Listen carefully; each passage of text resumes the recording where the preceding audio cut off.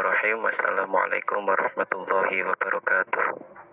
Waalaikumsalam warahmatullahi wabarakatuh. Waalaikumsalam warahmatullahi wabarakatuh. Pada pertemuan malam hari ini kita keluar dulu dari kitab yang biasa kita bahas, yaitu kitab Tuhfatus Saniyah. Kita mungkin pada malam hari ini akan menjelaskan ilmu nahwu lebih globalnya. Sebenarnya nahwu itu yang dipelajari apa tuh? Jadi biar tahu arahannya itu kemana, nggak bingung-bingung ini nanti buat apa seperti yang kemarin mungkin masih dibingungkan, masih ada yang belum paham. Mungkin di sini kita jelaskan globalnya saja, nahwu secara global. Ini nanti kita bahas mungkin kalau di jurumiyahnya itu ada bab kalam, ada bab i'rab, ada bab ma'rifatul alamatul i'rab. Nanti kita bahas juga di situ karena umumnya nahwu itu yang dipelajari itu kalau di jurumiyahnya umumnya itu atau yang paling penting itu kita mengetahui i'rab itu apa, kemudian di bab ma'rifatul alamatul i'rab tanda-tandanya i'rab baik itu rofa, nasab, jar atau jazam. Kemudian kita cari tahu isim-isim yang dibaca rofa itu apa aja, isim-isim yang dibaca nasab itu apa aja, isim-isim yang dibaca jar itu ketika apa. Kemudian untuk di fi'il itu juga sama. Fi'il ketika i'rabnya rofa itu ketika gimana, ketika nasab itu ketika gimana, fi'il jazam itu ketika bagaimana. Bismillahirrahmanirrahim. Ini masih di awalnya. Jadi kalau di jurumiyah itu ada ungkapan al-kalamu huwal lafdzul murakkabul mufidu bil wad'i. Jadi yang dinamakan kalam itu harus memenuhi 4 syarat. Harus memenuhi 4 syarat. Syarat yang pertama itu adalah lafadz. Al-lafdzu al-murakkabu al-mufidu bil wad'i. Harus memenuhi 4 syarat ini. Ini baru bisa dinamakan kalam menurut ulama nahwu. Secara istilah kalam itu ya harus memenuhi 4 syarat ini. Harus lafadz, harus murakkab, harus mufid, dan juga harus wadh'.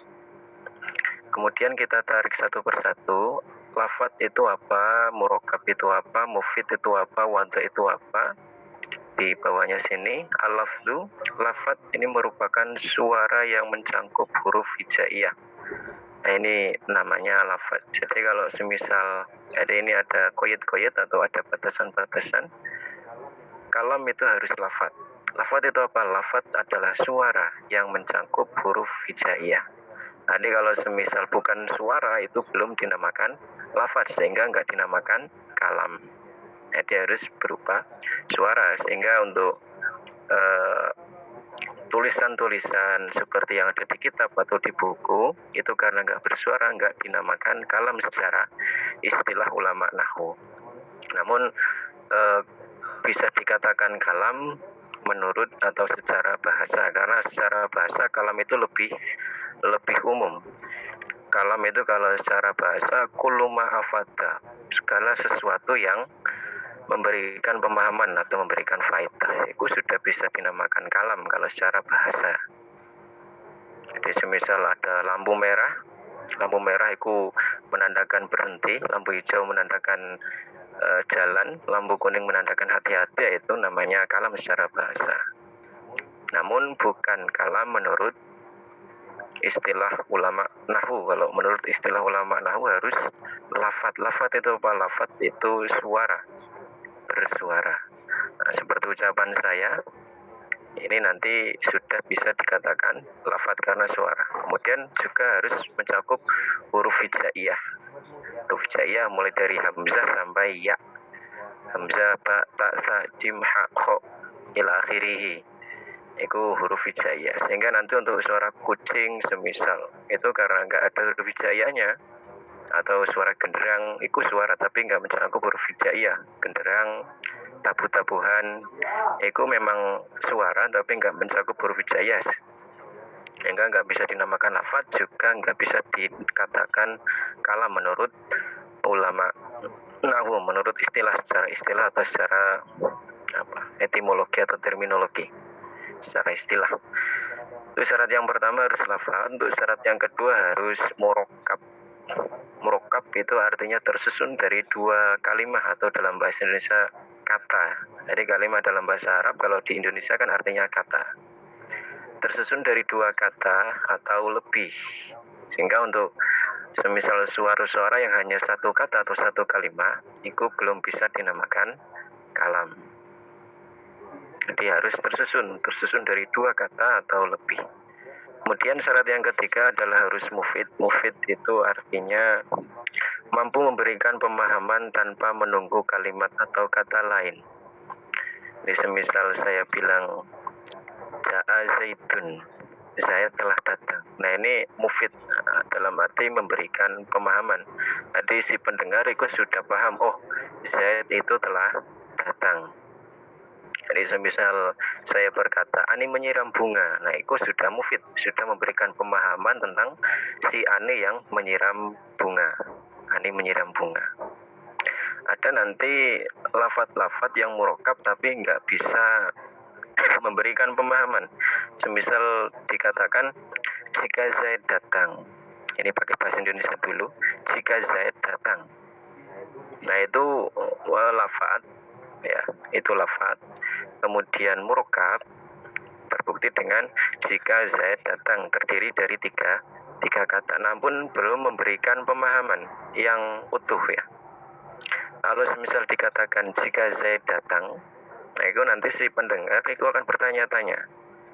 Karena ketika ungkapannya pakai jika harusnya ada makanya. Jika Zaid datang, maka saya pura-pura tidur semisal. Nah itu baru memberikan pemahaman yang utuh. Kalau semisal hanya setengah-setengah jika Zaid datang, nah itu timbul pertanyaan. Iya, kalau Zaid datang itu kenapa? Kan belum ada jawabnya.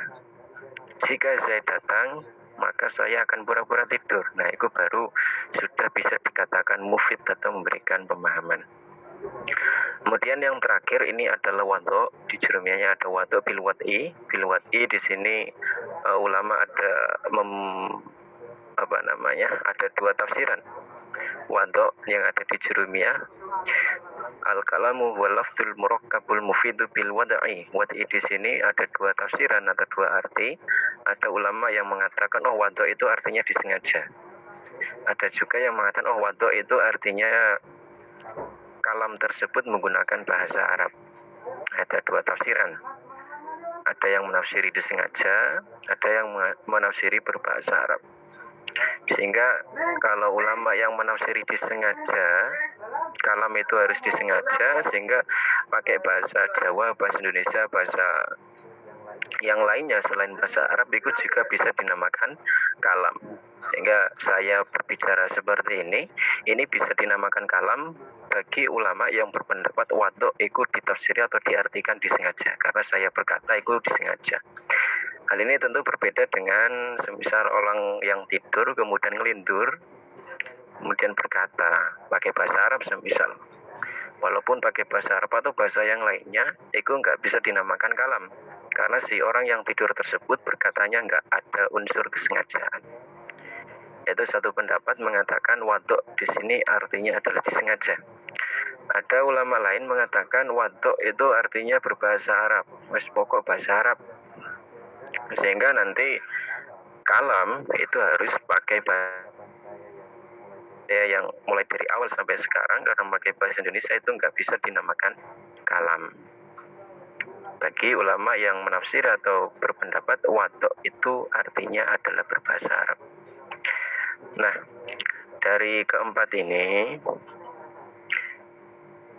sesuatu itu baru bisa dinamakan kalam. Jadi kalam itu harus memenuhi 4 syarat. Yang pertama lafaz, kemudian murakkab, kemudian mufid, kemudian wadho. Harus memenuhi 4 syarat ini. Kalau semisal hanya 3 yang terpenuhi, lafaz, murakkab, mufid, enggak wadho, ya ini enggak bisa dinamakan kalam. Atau murakkab, mufid, wadho, tapi enggak lafaz, ini enggak bisa dinamakan kalam. Jadi harus memenuhi 4 ini. Kemudian untuk kalam sendiri, kalau kita pakai bahasa Indonesia, kalam atau kalau dalam bahasa Indonesia itu kalimat. Kalimat itu dibentuk dengan 3 kata. Ada isim, ada fi'il, ada huruf ya, atau harf. Jadi kalimat-kalimat yang ada dalam bahasa Arab itu tidak lepas dari 3 kata. Ada yang berupa isim, ada yang berupa fi'il, ada yang berupa huruf. Semisal kita buka di kitab itu ada banyak kata-kata bahasa Arab. Ketika ditanya ini kalimat apa, ini kalimat apa, ya nggak lepas dari 3 ini. Kalau nggak huruf, fi'il, ya isim, fi'il, ya huruf, itu kalam. Jadi kalau dalam bahasa Indonesia mungkin ada kata benda, ada kata sifat, ada kata kerja, ada kata sambung. Itu kan ada banyak. Kalau dalam bahasa Arab ini dikerucutkan hanya 3, ada isim, ada fi'il, ada huruf. Kemudian kita lihat definisi dari ketiganya ini. Isim itu apa? Isim ini adalah kalimat atau kata. Jadi kalimat kalau diterjemahkan, jadi kalimat ini bahasa Arab ya, kalau diterjemahkan ke dalam bahasa Indonesia, kalimat itu artinya adalah kata. Isim itu adalah kata yang menunjukkan makna diri sendiri dan tidak menunjukkan zaman atau waktu. Atau kalau di bahasa Indonesia kan itu artinya kata benda ya. Semisal kata benda, semisal entah itu bendanya mati atau hidup, semisal buku, itu berarti isim. Kalau dalam bahasa Arabnya itu Alkitab, kitab itu isim. Itu kata benda, salah satunya kata benda. Sebenarnya ada banyak. Kalau di bahasa Indonesia ada kata benda, ada kata sifat, itu isim. Kemudian ada lagi fi'il. Untuk fi'il itu adalah kalimat atau kata yang menunjukkan makna diri sendiri dan zaman. Kalau isim itu nggak bersertaan dengan zaman, kalau fi'il itu bersertaan dengan zaman atau waktu. Fi'il atau kalau dalam bahasa Indonesia itu ada namanya kata kerja. Ani sedang menanam pohon. Ani itu adalah isim, sedang menanam itu adalah fi'il, pohon adalah isim. Budi sedang atau Budi akan melihat apa semisal. Budi akan melihat bunga semisal. Nah, Budi itu adalah isim, akan melihat adalah fi'il karena kata kerja. Kemudian bunga itu adalah isim karena kata benda. Nah, itu kalau fi'il itu berarti ada zamannya. Zaman itu ditandai dengan sedang atau telah atau akan. Untuk isim itu nggak ada zamannya, nggak ada waktunya. Kemudian setelahnya itu ada huruf. Untuk huruf ini adalah kalimat atau kata yang menunjukkan makna terhadap yang lain, atau bisa dikatakan apa ya, kayak dari, ke, kemudian apalagi ada banyak ya, di, semisal itu namanya huruf atau kata sambung atau gimana ya. Nah, itu ada 3, ada isim, ada fi'il, ada huruf. Nah, untuk fi'il sendiri ini nanti dibagi menjadi 3. Fi'il itu ada 3. Ada fi'il madi, ada fi'il mudhari', ada fi'il amr. Untuk fi'il madi ini adalah fi'il yang menunjukkan waktu lampau ya. Fi'il yang menunjukkan waktu lampau. Untuk fi'il itu kalimat yang menunjukkan makna diri sendiri dan besertaan dengan zaman, ada waktunya. Untuk fi'il madi itu fi'il yang menunjukkan waktu lampau, berarti pekerjaan tersebut telah dilakukan. Semisal telah menolong, telah memukul, telah menyiram, itu berarti fi'il madi. Ada lagi fi'il mudhari'. Untuk fi'il mudhari' adalah fi'il yang menunjukkan waktu saat ini atau hal, atau yang akan datang atau mustakbal. Nah, ini berarti sedang atau akan ya. Sedang makan, akan makan, sedang memotong, akan memotong. Ini namanya fi'il mudhari'. Untuk yang ketiga itu ada fi'il amr. Fi'il amr adalah fi'il yang menunjukkan perintah suatu pekerjaan di waktu yang akan datang. Nah, ini fi'il amr. Fi'il amr berarti kalimat perintah ya. Misal pukullah, tanamlah, pergilah. Nah, itu berarti fi'il amr, fi'il yang menunjukkan perintah suatu pekerjaan di waktu yang akan datang. Untuk isim Isim ini ditandai dengan ada banyak tanda untuk isim. Kalau kita pengen tahu ini isim, fi'il atau huruf, kalau misalkan ada tandanya berarti kita bisa tahu oh ini adalah isim, oh ini adalah fi'il, oh ini adalah huruf. Untuk isim ini ditandai dengan banyak di sini. Ada khofat atau jar, ada tanwin, ada alif lam, ada huruf khofat. Nah, huruf khofat ini ada an, ila, min, ala, fi, ruba, ba, kaf, lam. Kemudian huruf kosam. Huruf kosam ini masuk ke huruf khofat. Huruf kosam itu apa aja? Huruf kosam itu ada wawu, ada ba, ada ta. Ya, ini nanti semisal suatu kalimat kok ada tanda yang ada ini nanti ini bisa dikatakan isim. Untuk lebih lengkapnya bisa dibuka kembali di kitab Tuhfatus Saniyahnya yang di pembahasan tanda-tanda isim. Itu nanti ada di situ. Kemudian untuk fi'il, Halo. dimut dulu bisa. Dimut dulu. Mikrofonnya dimatikan dulu. Nah, untuk fi'il ditandai dengan qad, ada sin, ada saufa, ada ta nisakinah. Semisal ada qad qomatis sholah, qad qomatis sholah semisal. Nah, ini ada qadnya, berarti lafaz ini qomat di sini ini adalah fi'il. Karena fi'il ini bisa ditandai dengan qad. Nah, ada qad qomatis sholah. Nah, ini berarti qomat di sini adalah fi'il karena ada tandanya yaitu qad. Kemudian ada lagi sin. Untuk sin berarti ya semisal sayaqulu semisal. Nah, ini ada sin di depannya berarti yaqulu ini adalah fi'il. Ada lagi ta nisakinah ya seperti yang tadi itu. Misal ada qalat Aisyatu. Misal, nah ini ada qalat, di sini ada ta nisakinah, berarti qalat di sini adalah fi'il.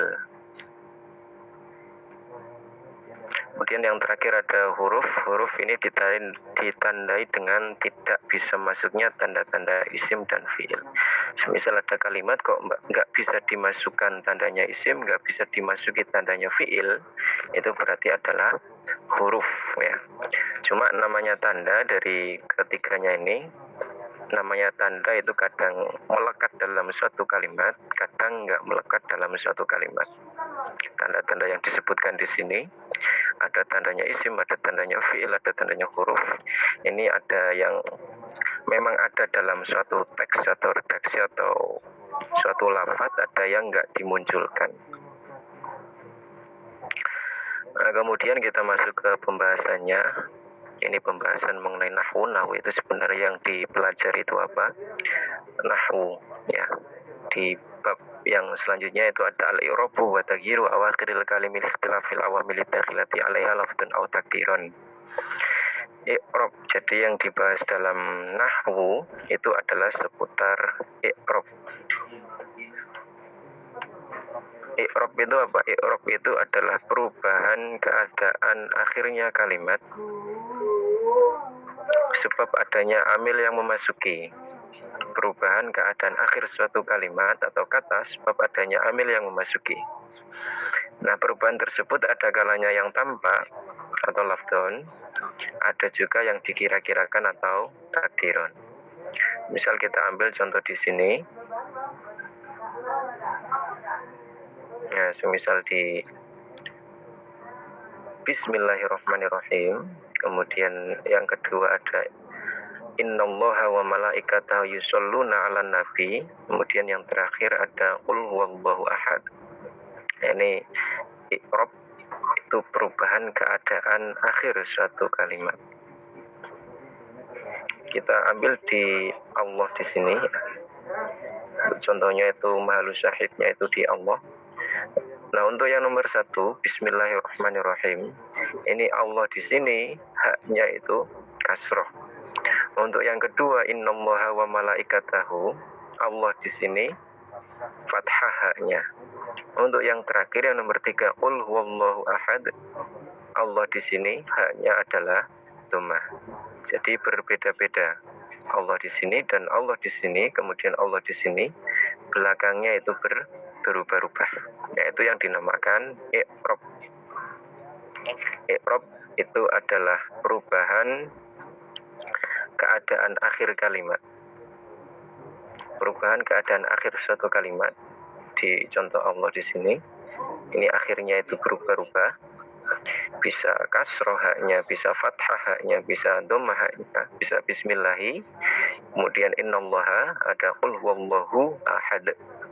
Itu sebagai contoh perubahan keadaan akhir suatu kalimat.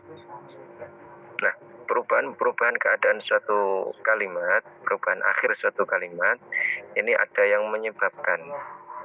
Yang menyebabkan itu apa? Yang menyebabkan itu adalah amil ya. Sebab adanya amil yang memasuki. Ada amil yang memasuki. Nah, perubahan tersebut ada kalanya tampak atau lafdon maupun dikira-kirakan atau takdiron. Nah,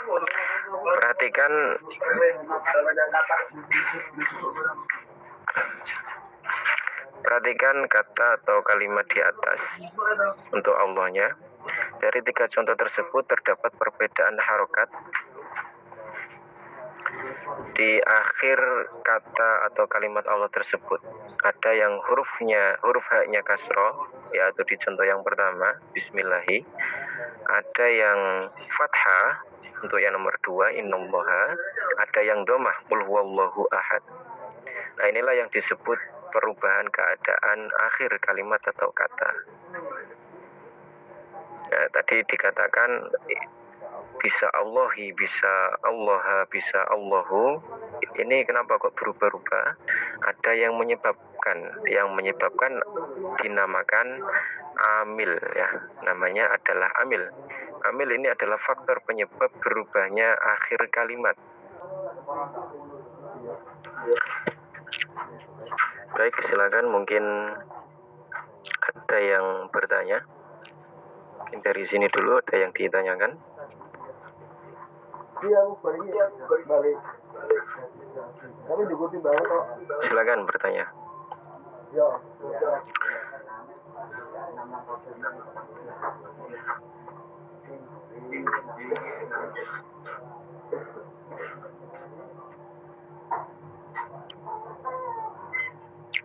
Silakan kalau ada yang ditanyakan bisa langsung bertanya.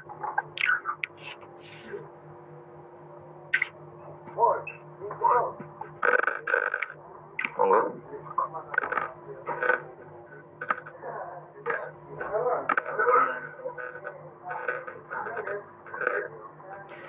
Oke, Ustaz.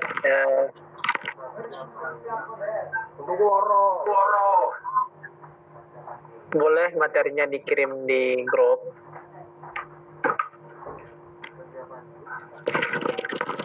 Gimana? Oke, boleh materinya dikirim di grup. Sudah ya. Sebelumnya itu sudah ada di grup. Sebelum saya kirim link itu sudah saya kirim. Oh ya, syukron Ustaz. Oke.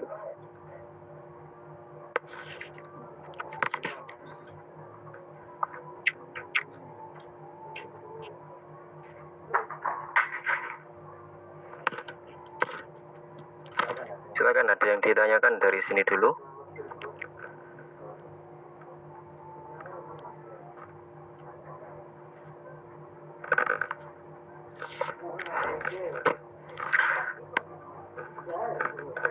Kalau enggak mungkin saya lanjutkan lagi. Jadi amil itu adalah faktor penyebab berubahnya akhir kalimat ya. Jadi suatu kalimat itu bisa semisal Allah tadi ada Allahu, Allah itu pasti ada yang menyebabkan. Nah, yang menyebabkan itu namanya adalah amil. Dalam contoh yang atas tadi, nomor 1.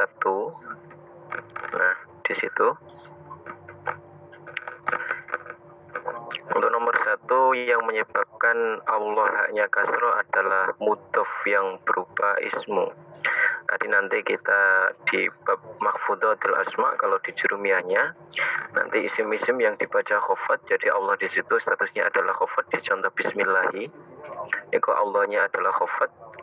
Di bab mahfudzatul asma nanti di bab terakhir di jurumiyah itu kita kenal al mahfudzatu salasun. Isim-isim yang nanti statusnya adalah i'rab khofat itu ada 3. Ada yang khofat itu sebab huruf jar, ada yang sebab diidhofahkan atau sebab mudhof, ada nanti yang sebab tawabi. Nah, untuk Allah sendiri, contoh nomor 1, ini haknya kasroh, dalam arti Allah itu i'rabnya adalah khafad, sebab mudhof, karena ada mudhof. Mudhof di situ adalah ismi, itu bismi, ismun, di situ ada ismun. Kemudian ismun sendiri itu aslinya bismi, itu aslinya ba, kemudian ismun. Ismun juga mimnya kasroh. Kasroh itu sebab ada ba. Gara-gara ada ba, mimnya itu kasroh. Bisa nanti mimnya itu doma, bisa mimnya fathah. Misal ismuka atau yang lainnya. Masmuka. Ismuka itu mimnya doma. Kalau di sini mimnya kasroh. Itu sebab ada ba-nya. Kasroh itu sebab ada ba-nya. Kemudian Allah itu kasroh atau jar sebab ada ismu, yang mana ismu itu adalah mudhof. Kemudian untuk nomor yang 2 yaitu innallaha. Nomor 2 yang menyebabkan Allah haknya fathah adalah inna, sehingga inna adalah amil. Untuk Allah dicontoh innallaha wa malaikatahu, Allah di situ fathah haknya. Kenapa kok fathah? Karena Allah itu i'rabnya adalah nasab, alamat nasabnya adalah fathah. Kenapa kok nasab? Nasabnya itu sebab ada inna di depannya. Semisal nggak ada inna, semisal kita ganti dengan kana, semisal nanti Allah itu ganti lagi menjadi dhammah. Kemudian untuk nomor 3 yang menyebabkan Allah hanya dhammah adalah amil maknawi ibtida yang ada di mubtada. Ya, jadi Allah di situ yang nomor 3 qul huwallahu ahad. Allah di situ statusnya adalah menjadi mubtada. Mubtada itu adalah isim yang dibaca rofa. Allah itu i'rabnya adalah rofa. Nah, kemudian perubahan yang di atas ini mana tadi? Nah, i'rab itu adalah perubahan tersebut ada kalanya tampak atau lafdon maupun dikira-kirakan atau takdiron. Nah, untuk yang takdiron, untuk yang lafdon itu perubahan yang terlihat jelas seperti Allah di atas, itu bisa Allahu, Allah atau Allahi. Ada yang takdiron. Takdiron itu artinya perubahan yang dikira-kirakan sebab adanya sesuatu yang mencegah. Untuk di kitab Tuhfatus Saniyahnya itu bisa dibuka di mengenai bab i'rab, terusan bab i'rab, nanti di sana ada dijelaskan lanjutan bab i'rab. Ada yang lafad, ada yang takdiron. I'rab itu ada yang lafad, ada yang takdiron. Lafad itu berarti perubahannya itu tambah, seperti Allah itu bisa Allahu, Allah, Allahi, bisa zaitun, zaitan atau zaitin dan yang lainnya. Ada yang takdiron itu berarti lafad tersebut sebenarnya berubah, tapi berubahnya itu tercegah karena ada sesuatu yang mencegahnya. Nah, kemudian ada lagi al-kalimat. Al-kalimat bukan seperti kalimat yang dikenal dalam bahasa Indonesia. Jika dalam grammar Indonesia, kalimat adalah setara dengan kata. Jadi kalimat, kalau dalam bahasa Indonesia itu artinya kata. Jadi al-i'rab itu artinya satu kata ya. Kemudian i'rab seperti di atas, i'rab itu dibagi nanti. I'rab itu ada yang rofa, ada yang nasab, ada yang khafat atau jar, ada yang jazm. Ada yang rofa, ada yang nasab, ada yang khafat, ada yang jazm. Nah, mungkin dari sini ada yang ditanyakan pelan-pelan. Jadi ini bahas secara global nahwu ya. Mungkin yang masih pemula mungkin bisa keteteran kalau langsung dimasukkan semuanya bab pembahasan nahu. Ada yang ditanyakan?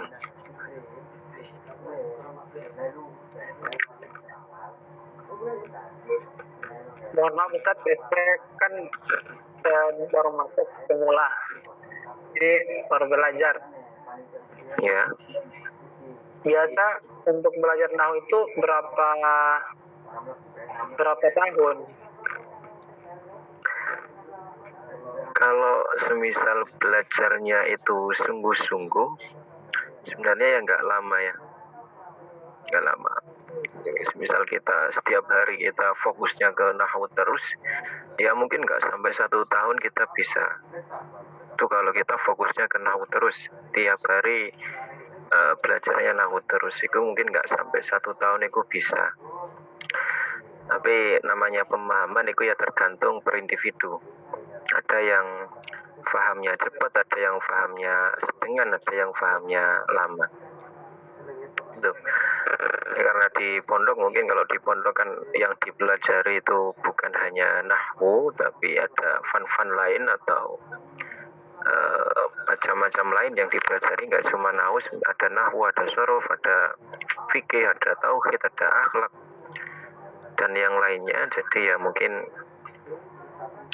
ya tetap bisa 1 tahun nih, tetap bisa, tapi ya harus sungguh-sungguh. Kalau semisal kita belajarnya cuma 1 kali dalam 1 minggu semisal, ya mungkin bisa lama ya, mungkin bisa lama. Yang penting kita punya keseriusan, kita punya kesungguhan, kita tekun, kita rajin, nah insya Allah bisa cepat kita mempelajarinya dan memahaminya.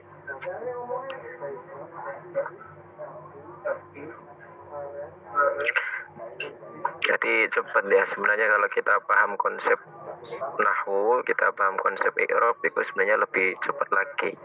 Nah, makanya ini coba saya rangkum, saya selesaikan dulu arah kemana sebenarnya nahwu itu mau dibahas. Ya hanya sekedar seperti ini, sekedar perubahan akhirnya kata atau kalimat. Untuk yang nanti semisal ada lagi nanti di bawahnya, ini sebenarnya yang penting itu di sini. Ada yang rofa, ada yang nasab, ada yang jar, ada yang jazm. Kapan suatu kalimat isim itu rofa? Kapan suatu kata itu bisa nasab? Kapan suatu kata bisa jar? Kapan suatu fi'il itu bisa jazm? Itu ada tempat-tempatnya masing-masing. Ada di susunan-susunannya. Ada yang amil-amil yang memasukinya. Yang perlu kita pelajari adalah mengenai i'rab sendiri itu apa, kemudian bentuk-bentuk kalimat yang ada di sini. Nanti ada pembagian bentuk kalimat, ada yang isim mufrad, ada yang isim tasniyah, ada yang jamak mudzakkar salim, ada yang jamak muannas salim, ada yang jamak taksir, ada asmaul khamsah, ada al-fi'lul mudhari alladzi lam yatasil bi akhiri syai'un, ada af'alul khamsah, ada isim ghairu munsharif atau ismul ladzi la yansharif, ada fi'il mudhari sahih akhir, ada fi'il mudhari mu'tal akhir. Itu kita pahami satu persatu, kita hafalkan. Kalau sudah hafal, kita nanti pelajari bawahnya. Kapan suatu kalimat itu rofa, yaitu ketika menjadi fa'il, ketika menjadi naibul fa'il, ketika menjadi mubtada, ketika menjadi khobar, ketika menjadi isimnya kana, ketika menjadi khobarnya kana, sampai untuk fi'ilnya tajardul fi'il mudhari anin nawasib wal jawazim. Itu suatu kalimat i'rabnya rofa. Ada lagi kalimat nanti nasab itu ketika gimana? Ketika kalimat tersebut menjadi maf'ul bih, atau menjadi masdar, atau menjadi dzarf zaman, atau menjadi dzarf makan, atau menjadi hal, atau menjadi tamyiz, atau menjadi mustasna, atau menjadi isimnya lah. Ini secara umumnya saja. Ketika menjadi maf'ul bih, ketika menjadi masdar. Untuk per babnya fa'il itu apa, nanti kita bahas di kitab Tuhfatus Saniyahnya. Naibul fa'il itu apa, kita bahas di Tuhfatus Saniyahnya. Mubtada itu apa, kita bahas di Tuhfatus Saniyahnya. Ini ada banyak ya. ada jazm, ada khofat, ada nasab. Nasab itu paling banyak. Kalimat kapan nasab itu paling banyak di sini. Cuma yang sering dipakai mungkin ada nanti fa'il, ada naibul fa'il, ada mubtada, ada khobar, ada kana wa akhwatuha, ada inna wa akhwatuha, kemudian ada maf'ul bih. Itu yang sering dibahas di situ. Ya, jadi nanti per bentuk kalimat itu nanti beda-beda. Kita pahami dulu bentuk-bentuk kalimat isim dan fi'il. Mungkin dari sini dulu ada yang ditanyakan.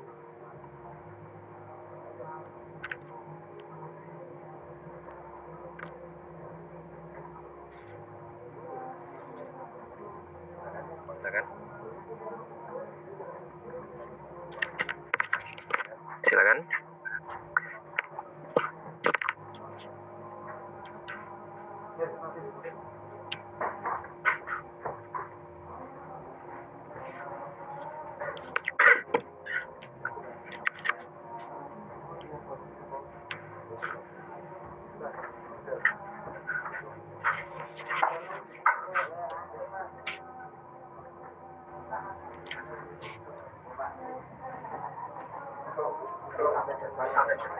Mungkin saya lanjutkan lagi untuk sampai di akhirnya. Di pembahasan ini kita mengenal bentuk-bentuk kalimat isim dan fi'il. Jadi isim dan fi'il sendiri nanti ada bentuk-bentuk kalimatnya. Untuk yang pertama ada namanya isim mufrad ya. Isim mufrad ini adalah isim yang bukan tasniyah, bukan jamak, dan bukan isim yang mulhaq dengan keduanya. Atau bisa kita artikan isim yang menunjukkan makna satu seperti zaitun.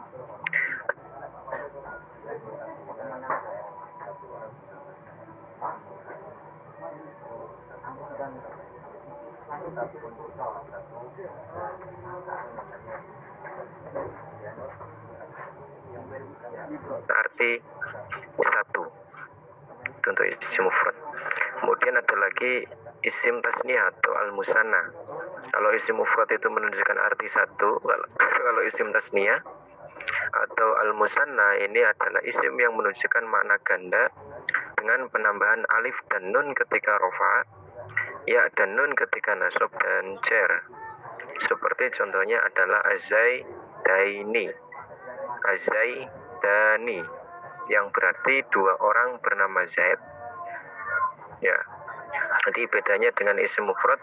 Kalau isim mufrad itu makna tunggal, makna satu, zaitun, ini satu orang bernama Zaid. Kalau isim tasniyah itu dua, memiliki arti dua. Contohnya adalah azaidani dan azaidaini. Itu artinya dua orang bernama Zaid. Azaidani, dua orang bernama Zaid. Itu namanya tasniyah. Kalau tasniyah itu dua, kalau isim mufrad itu satu. Kalau tiga atau lebih, itu namanya adalah jamak. Nah, jamak itu ada tiga. Ada jamak mudzakkar salim, ada jamak muannas salim, ada jamak taksir. Kalau jamak mudzakkar salim, ini berarti jamak ya. Jamak, sudah namanya aja jamak. Jamak berarti tiga atau lebih. Kemudian al-mudzakkar, mudzakkar itu artinya laki-laki. Kalau as-salim itu artinya selamat, dalam arti nggak ada perubahan dari bentuk mufradnya. Contohnya ini adalah, nah, jadi jamak mudzakkar salim adalah isim yang menunjukkan makna jamak laki-laki tiga atau lebih dengan penambahan wawu dan nun ketika rofa, ya dan nun ketika nasab dan jar. Seperti az-zaidina dan az-zaituna yang bermakna tiga atau lebih orang bernama Zaid. Az-zaituna beberapa Zaid, az-zaitina beberapa Zaid. Kalau isim tasniyah itu az-zaidani atau az-zaidaini, itu dua orang bernama Zaid. Untuk bentuk tunggalnya adalah zaitun, satu orang bernama Zaid. Jamak mudzakkar salim. Kemudian ada lagi jamak muannas salim. Untuk jamak muannas salim berarti lawan dari mudzakkar, kalau mudzakkar laki-laki, kalau muannas berarti perempuan.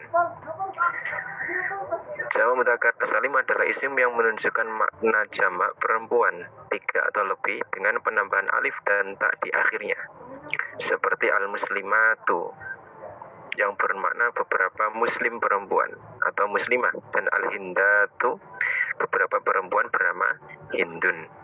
Jadi tinggal nambahin alif dan ta untuk jamak muannas salim. Yang semula al-muslim ditambahi alif dan ta.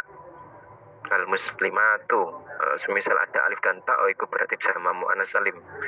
Semisal ada wawu dan nun, oh berarti jamak mudzakkar salim. Atau az-zaidina, itu berarti jamak mudzakkar salim. Nah, itu jamak mudzakkar salim. Kemudian ada lagi jamak taksir. Kalau jamak taksir ini lawan dari salim. Kalau di atas itu ada jamak mudzakkar salim, jamak muannas salim. Yang bawah itu jamak taksir. Jamak taksir kalau salim itu artinya selamat dari perubahan ketika mufradnya. Jadi az-zaiduna itu mufradnya adalah zaidu. Ya, za, ya dan dal. Za-nya fathah, ya-nya sukun, dalnya tergantung i'rabnya. Artinya nggak berubah. Kalau jamak taksir itu maknanya jamak 3 atau lebih, tapi terdapat perubahan di mufradnya. Seperti rijalun. Ya, seperti rijalun ini dan kutubun. Rijalun untuk mufradnya adalah rojulun. Kutubun aslinya adalah kitabun. Nah, ini untuk mufradnya kitabun, untuk jamaknya kutubun. Rojulun ini satu laki-laki, rijalun itu beberapa laki-laki, itu namanya jamak taksir. Jamak taksir itu berarti taksir itu artinya pecah. Artinya mufradnya itu pecah, sudah berubah dari bentuk mufradnya. Yang semula roknya fathah, ini menjadi kasroh roknya. Yang semula jimnya doma, di sini jimnya fathah. Yang semula antara jim dan lam nggak ada alifnya, ini ada alifnya. Sama seperti kutubun, yang semula kitabun, kafnya ini kasroh, ini menjadi doma. Yang semula taknya fathah, ini menjadi doma. Yang semula antara ta dan ba itu ada alifnya, ini hilang. Kemudian ba, namanya jamak taksir. Taksir itu artinya berubah atau berubah dari bentuk mufradnya. Kemudian ada lagi asmaul khamsah. Asmaul khamsah itu berarti ada abuka, akhuka, hamuka, fuamuka, dan tumalin. Asmaul khamsah itu adalah abun, akhun, hamun, kemudian famun, dan du yang diidofakan kepada selain pada ya mutakalim berbentuk mukabbar bermakna tunggal.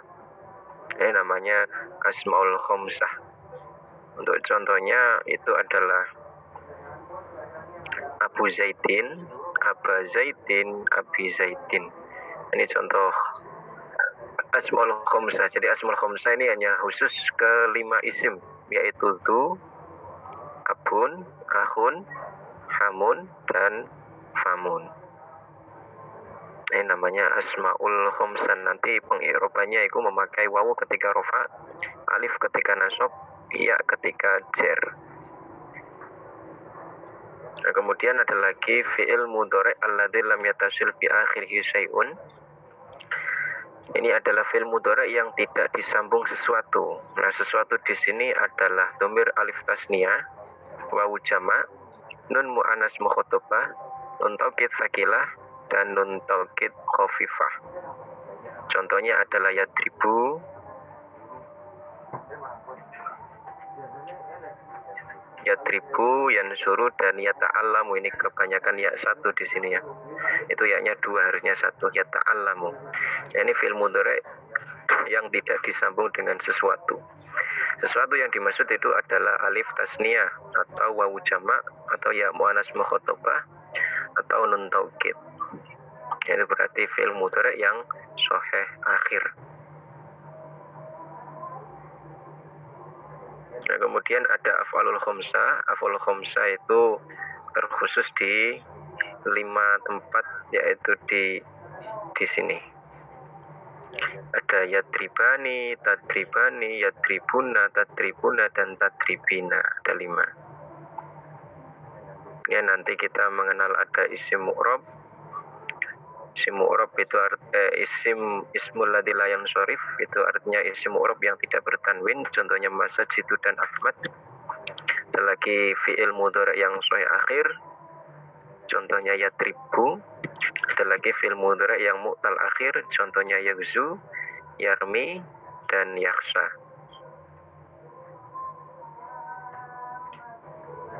Nah, kemudian kita masuk ke pembahasan poin utama. Jadi nanti suatu kalimat itu rofa itu ketika apa aja. Rofa itu ketika apa aja. Misal. Nah, untuk rofa sendiri nanti kita bisa, oh isim ini rofa. Isim itu rofa adalah ketika ini berada dalam ini, ketika menjadi fa'il nanti rofa, ketika menjadi naibul fa'il rofa, ketika menjadi mubtada rofa, ketika menjadi khobarnya mubtada rofa, ketika menjadi isimnya kana rofa, ketika menjadi khobarnya inna rofa, dan seterusnya sampai bawah ini. Ini adalah kalimat-kalimat rofa. Kalimat itu rofa itu ketika apa? Ya, ini ketika ini. Ini untuk yang hijau adalah untuk yang isim, untuk yang biru adalah yang fi'il. Isim itu kan bisa rofa, fi'il ikut juga bisa rofa. Nah, untuk fi'il yang rofa ini adalah ketika ini, ketika fi'il tersebut tersepikan dari amil nawasib dan awil jamazim. Untuk isim itu bisa rofa di 7 tempat kalau di jurumianya. Ketika menjadi fa'il atau ketika menjadi subjek, ketika naibul fa'il, ketika menjadi mubtada, ketika menjadi khobar, dan seterusnya. Nah, untuk tanda-tandanya tadi yang kita bahas di atas itu ada isim mufrad, ada isim tasniyah, ada jamak mudzakkar salim, jamak muannats salim, jamak taksir, asmaul khamsah. Nanti gunanya di sini. Jadi ketika rofa, ya ini merah, nggak kelihatan.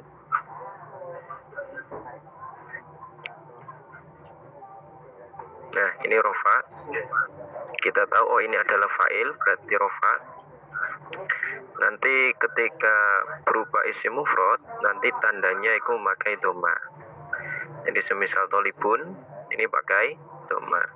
Dan lagi nanti isim maksur, ini memakai doma juga, tapi yang dikira-kirakan. Contohnya al-fatah. Ada lagi isim tasniyah. Kalau isim tasniyah itu menggunakan alif, rofaknya itu menggunakan alif. Contohnya tolibani. Ada lagi jamak mudzakkar salim. Ini tandanya menggunakan wawu. Contohnya tolibuna. Dan seterusnya ya, bisa dilihat di tabelnya. Jadi nanti berbeda-beda sesuai dengan i'rabnya apa, kemudian bentuknya itu apa.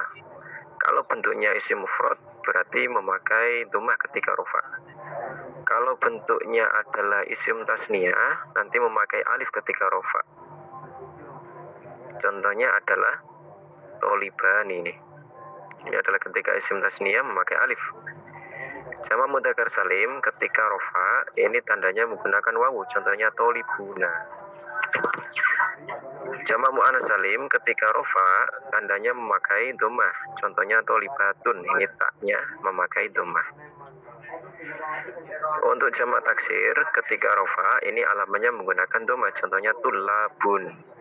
Untuk asmaul khamsah yang ada 5, abuka, akuka, hamuka, fuka, dumalin, ini ketika rofa alamat rofanya menggunakan wawu. Jadi nggak melulu memakai dhammah, tapi ada yang memakai wawu, ada yang memakai alif, ada yang memakai nun. Untuk asmaul khamsah contohnya abu tolibatin. Di sini ada abu. Ini asmaul khamsah abuka, abun ya, alamat rofanya menggunakan wawu. Jadi nanti ketika rofa itu pakai wawu, ketika nasab pakai alif, ketika jar itu pakai iya. Jadi beda-beda. Sesuai i'rabnya apa, nanti bentuknya itu apa. Ya, ini untuk yang tajrud.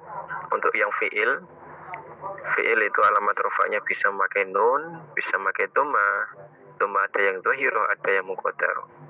Untuk yang nun itu contohnya di af'al khamsah, contohnya yatlubani, ini ada nunnya.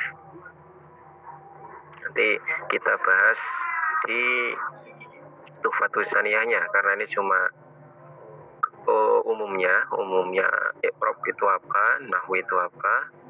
Ini membahas seperti ini. Jadi berubah-ubah. Seperti kita lihat di sini. Misal jamak mudzakkar salim ya. Jamak mudzakkar salim di sini. Ini ketika rofa memakai wawu, tapi nanti ketika nasab, nah ini nasab. Jamak mudzakkar salim ini menggunakan ya. Nah ini jamak mudzakkar salim menggunakan ya. Yang atas iku rofa iku tolibuna, kalau ketika nasab menjadi tolibina. Begitu juga untuk isim mufrad. Ya, isim mufrad ketika rofa itu menggunakan dhamma, kalau ketika nasab itu menggunakan fathah. Contohnya toliban itu baknya itu harokatnya fathah. Untuk jamak munasalimnya ketika rofa itu menggunakan dhamma di atas, ini nasab, di atas itu rofa. Ketika nasab menggunakan kasroh, contohnya tolibatin. Kalau rofa tolibatun, kalau nasab tolibatin. Begitu juga untuk jernya, nanti jernya untuk jamak munasalim menggunakan kasroh juga, jadi tolibatin. Asmaul khamsah ketika rofa, ini nasab ya, rofa di atas. Ketika rofa itu abu tolibatin, ketika nasab menggunakan alif menjadi abba tolibatin, ini pakai alif. Ketika jer nanti menjadi pakai ya, jernya nanti di bawah, ini memakai ya. Asmaul khamsah menjadi abi tolibatin. Seperti itu namanya i'rab perubahan. Mungkin ada yang ditanyakan dari sini?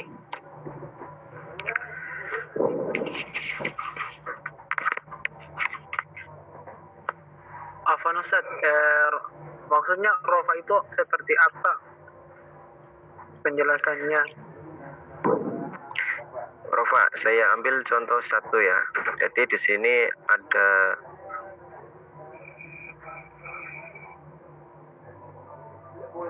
rofa, ya. Rofa itu ketika kalimat tersebut menjadi fa'il atau naibul fa'il atau mubtada' khobar dan seterusnya di sini.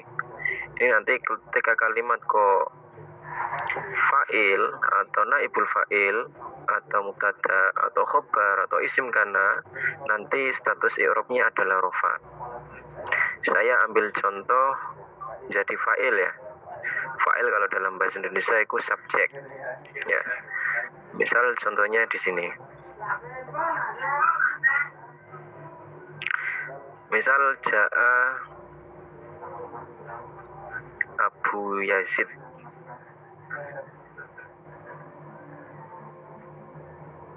Nah, ini ja'a itu adalah fi'il madi, atau dalam bahasa Indonesia itu artinya adalah predikat.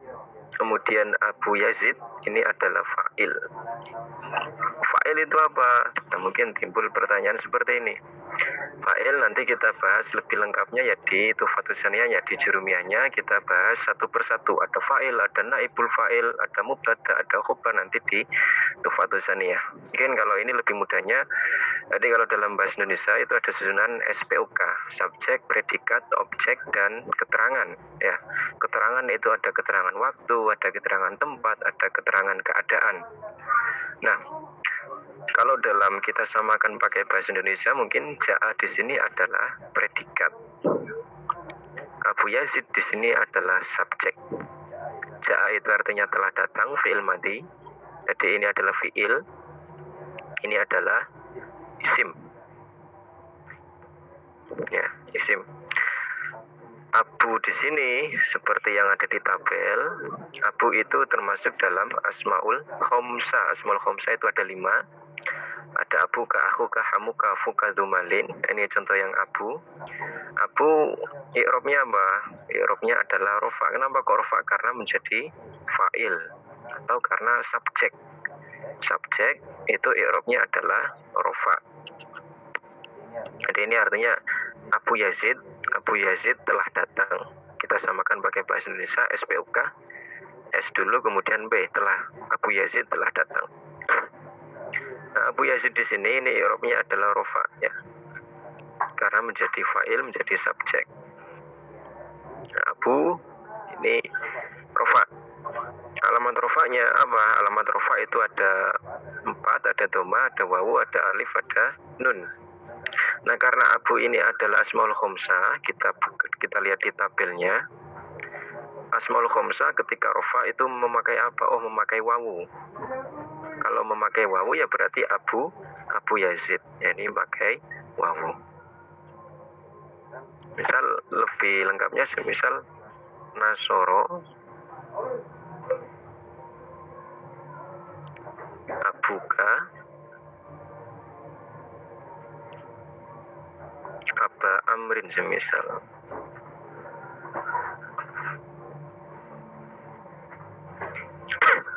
Nah, ini Nasoro adalah fiil atau predikat, Abuka adalah subjek atau fa'il, Aba Amrin adalah objek atau maf'ul bih.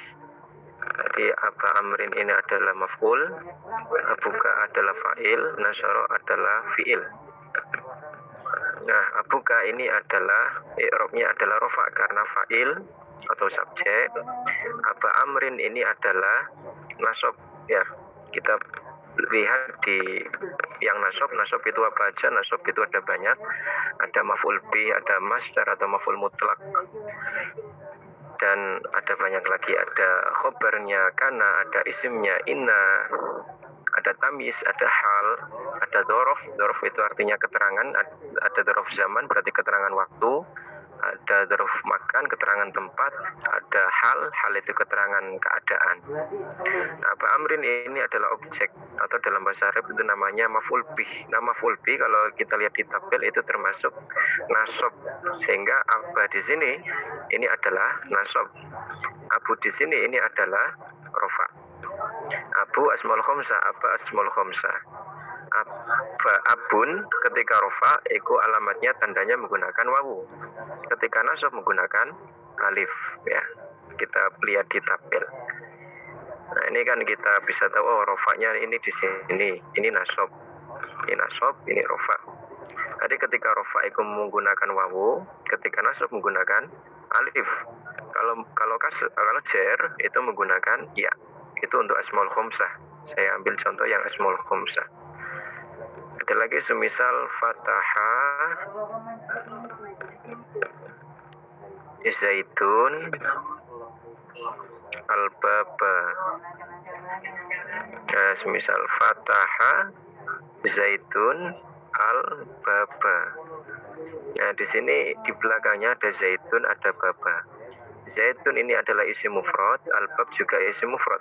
Kemudian kita lihat susunannya, ini menjadi apa? Oh, zaitun ini menjadi fa'il atau subjek, fataha itu adalah predikat atau fi'il, al-bab di situ adalah objek atau maf'ul bih. Fa'il ini i'rabnya adalah rofa. Alamat rofanya apa? Memakai apa? Oh, memakai domah karena zaitun ini adalah isim mufrad. Isim mufrad ya, kita lihat di tabel isim mufrad itu apa? Isim mufrad itu isim, kalau mudahnya itu isim yang menunjukkan arti tunggal ya, arti satu. Kemudian albab itu juga isim mufrad. Tapi ini i'rabnya adalah nasab karena menjadi maf'ul bih. Maf'ul bih kita buka lagi, maf'ul bih itu i'rabnya adalah nasab. Nah, alamat nasabnya menggunakan alif, gak lagi menggunakan dhamma seperti zaitun, tapi menggunakan alif karena nasab. Seperti itu. Mungkin kalau ada yang belum dipaham, silakan tanyakan saja. Daripada bingung, saya juga nggak paham apa yang dibingungkan, ya silakan ditanyakan aja biar jelas. Seperti itu. Berarti Ustaz, rofa itu ditandai dengan huruf waw atau Doma. Ya. Iya. Nah, ini ada tandanya, itu ada ya. Ada namanya alamat ini ya. Alamat itu artinya tanda. tandanya itu ada yang doma, ada yang memakai doma, ada yang memakai alif, ada yang memakai wawu, ada yang doma, ada yang wawu, ada yang nun, ada yang doma lagi, ada yang doma lagi. Nah, itu kita bisa tentukan, oh pakai apa ini?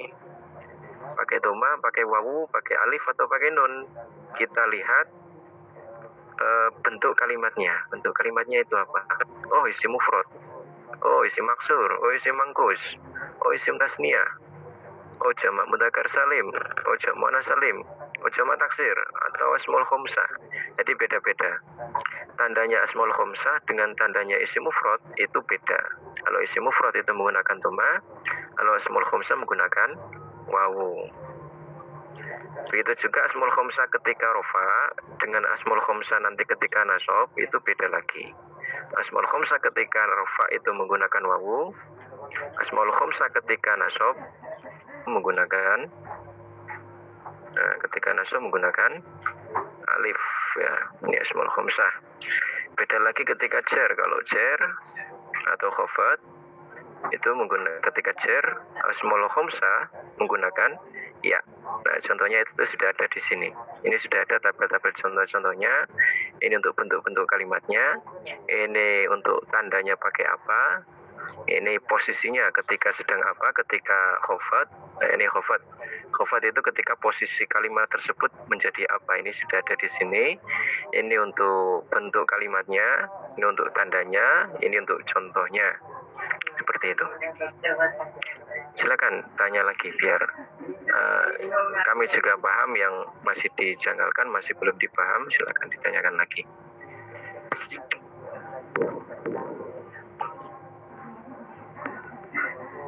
Ya, jadi nahwu itu penggabungan dari beberapa rumus ya. Beberapa rumus, ada rumus-rumusnya untuk menentukan oh ini pakai apa nanti.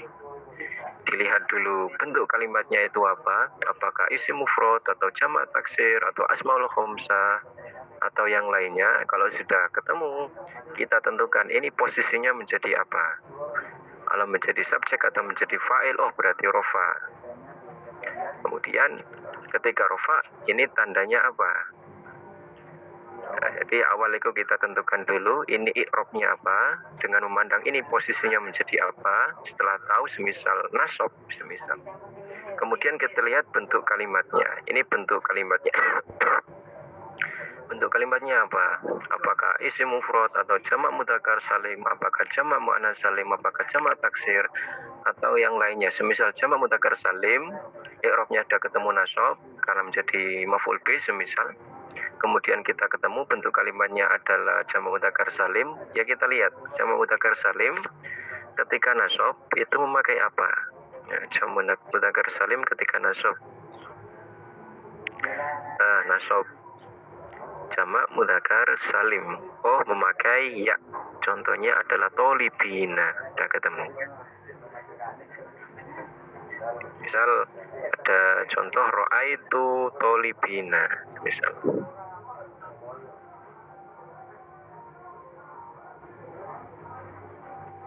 Ra'aitu tolibina. Ra'aitu telah melihat. Itu saya.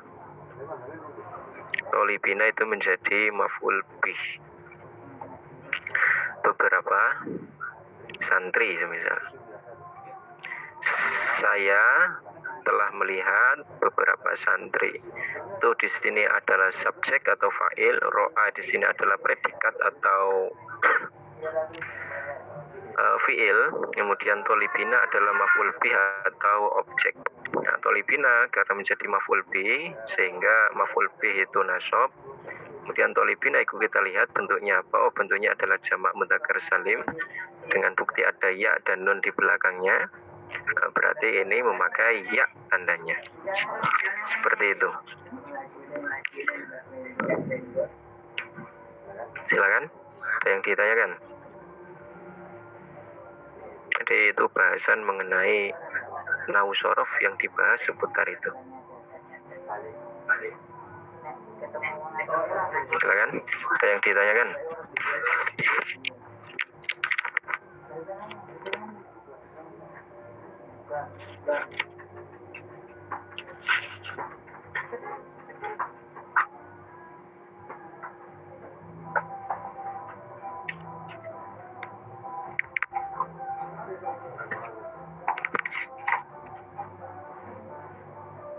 Silakan, ada lagi?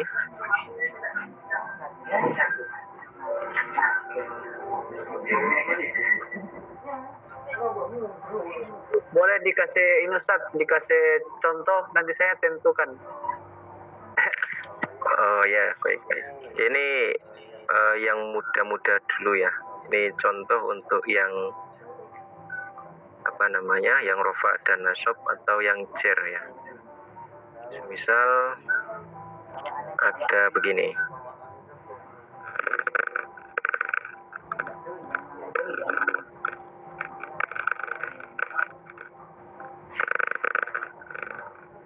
Apa contohnya? Nasoro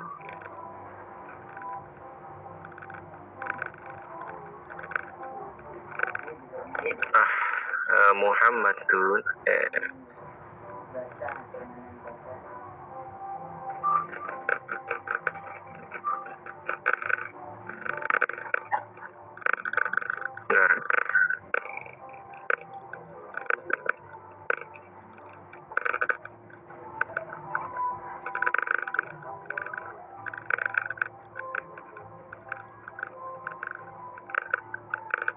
Coba ini sampean tentukan. Ada ini 3 kalimat. Dibacanya gimana? Ini fiil, ini isim, sampean tentukan. Ini kalau nahwu itu yang membahas mengenai akhirnya ya. Jadi mungkin saya kasih di sini ada Muhammad, sampean tentukan dalnya itu harokatnya apa, kemudian ada apa Bakar, loroknya belum ditentukan apa. Coba untuk ini contohnya ya, coba semisal berarti Muhammad di situ dalnya harokatnya apa? Demat lain. Hah? Adun. Gimana diulangi? Kalau di Muhammad itu Ustaz, Muhammadun. Ya. Ya, Muhammadun. Muhammadun. Kenapa kok Muhammadun? Enggak Muhammadun atau Muhammadin?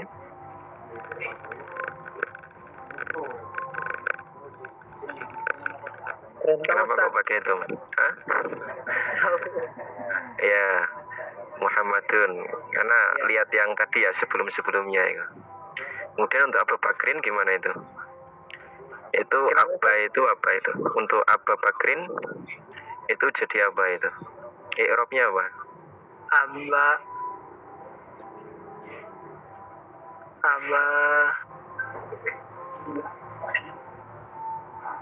Apa ya?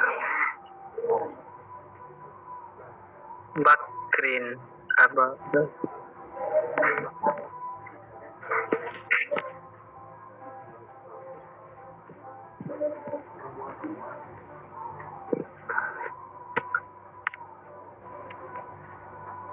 Mana?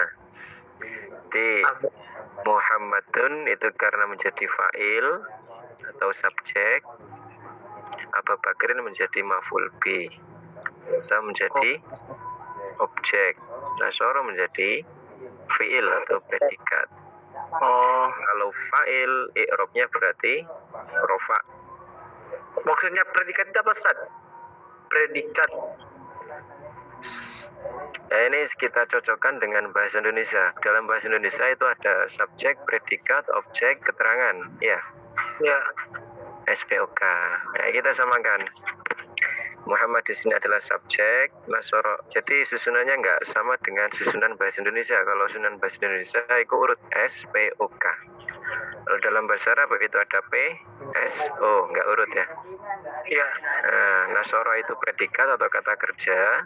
Muhammadun adalah subjek atau pelaku pekerjaan, Abu Bakrin adalah objek atau sasaran pekerjaan, kan seperti itu. Nah, ini hampir sama dengan bahasa Arab, susunan bahasa Arab yang jumlah fi'liyah ya. Predikat itu artinya kata kerja ya, bentuk pekerjaannya. Nasoro itu artinya telah menolong. Siapa Muhammadun Muhammad, Abu Bakrin kepada Abu Bakar. Muhammad telah menolong Abu Bakar. Nah, di sini kan bisa Abi Bakrin, bisa Aba Bakrin, bisa Abu Bakrin. Jadi setelah ba ini ada alif. Ini ketika nasab pakai alif, Aba Bakrin. Ketika nasab itu menjadi Abu Bakrin pakai wawu.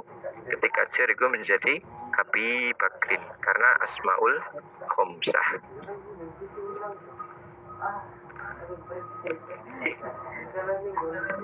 Ya, ketika rofa, jadi semisal Abu Bakrin ini menjadi subjek, ya berarti nggak pakai alif lagi, tapi memakai doma.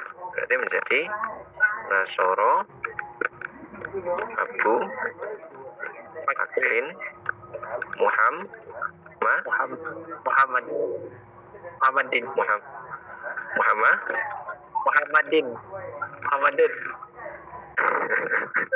Muhammadan ya. Karena menjadi ya, ini isim mufrad ya, Muhammadan itu isim mufrad.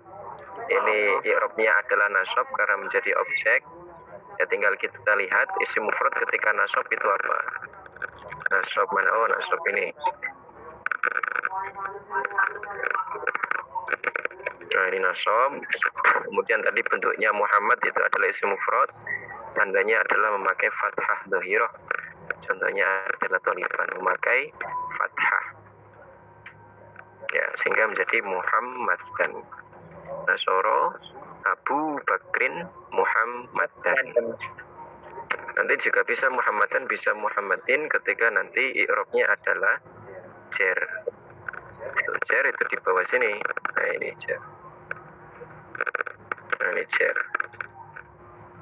Jar itu bisa lewat ini, dengan ini. Bisa dengan dijarkan dengan huruf jar, bisa menjadi mudhof ilaih, bisa sebab naat, taukid, maktuf atau batal.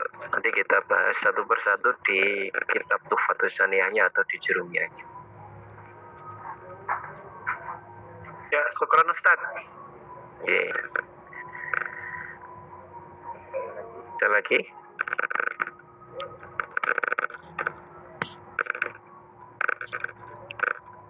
Silakan yang lainnya.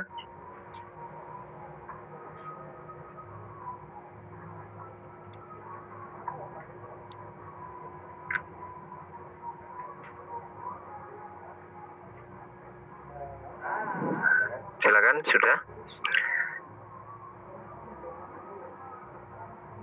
Kalau sudah mungkin dicukupkan sampai di sini. Kurang lebihnya mohon maaf. Wassalamualaikum warahmatullahi wabarakatuh. Waalaikumsalam warahmatullahi wabarakatuh.